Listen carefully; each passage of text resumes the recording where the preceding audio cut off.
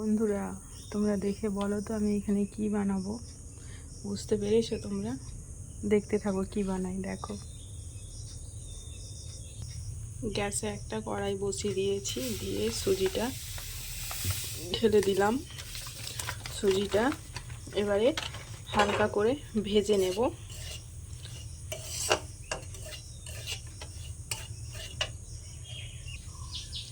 সবার একই রকম প্রতিদিন ব্রেকফাস্ট খেতে ভালো লাগে না, তাই এটা শর্টকাটে রান্না।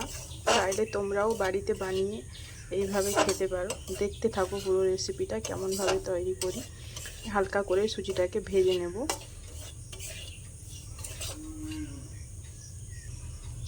সুজিটা হালকা করে ভেজে নিয়েছি, এবার এটা একটা পাত্রে ঢেলে রেখে দেব। দেখো, সুজিটা এখানে ঢেলে রেখে দিয়েছি। এবারে কড়াইতে পরিমাণ মতো একটু তেল দিয়ে দেব।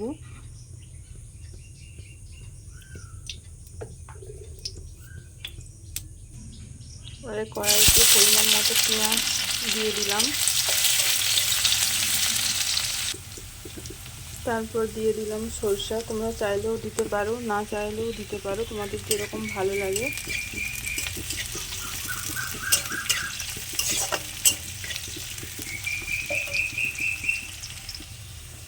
তারপর দিয়ে দিলাম একটু কারি পাতা।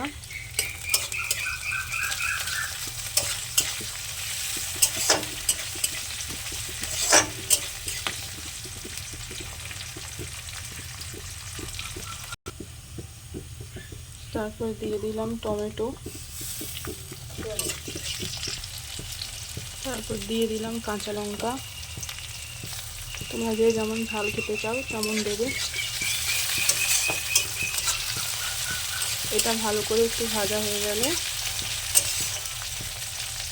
এটা ভালো করে ভাজা হয়ে গেছে। এবারে এর উপরে কেটে রাখা আলুগুলো দিয়ে দেব। এবারে এই আলুগুলোকে একটু ভালো করে ভেজে নিতে হবে। একটু ভালো করে ভাজার জন্য আমি এই থালাটা চাপা দিয়ে দিলাম। 2 মিনিট রেখে দেব। দেখতেই পাচ্ছ আলুগুলো ভাজা হয়ে গেছে।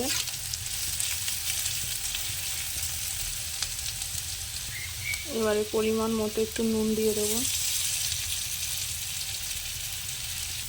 এবারে পরিমাণ মতো একটু চিনি দিয়ে দেব।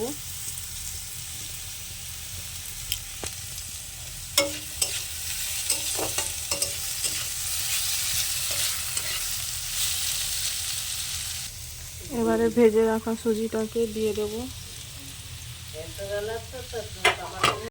দেখো, এবারে সুজিটা দিয়ে দিয়েছি, ভালো করে একটু নাড়াচাড়া করে নিলাম। এবারে যাতে সুজিটা একটু সিদ্ধ হয়ে যায়, পরিমাণ মতো একটু হালকা জল দেব। দেখো, পরিমাণ মতো হালকা জল দিয়ে দিলাম। হালকা জল দিয়ে ঢাকা দিয়ে রেখে দিলাম। একটু পর এবার ঢাকাটা তুলে নেব।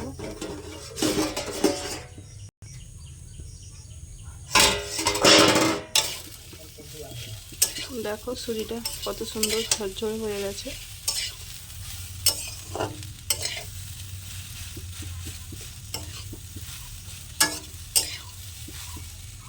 এটাকে বলে সুজির উপমা।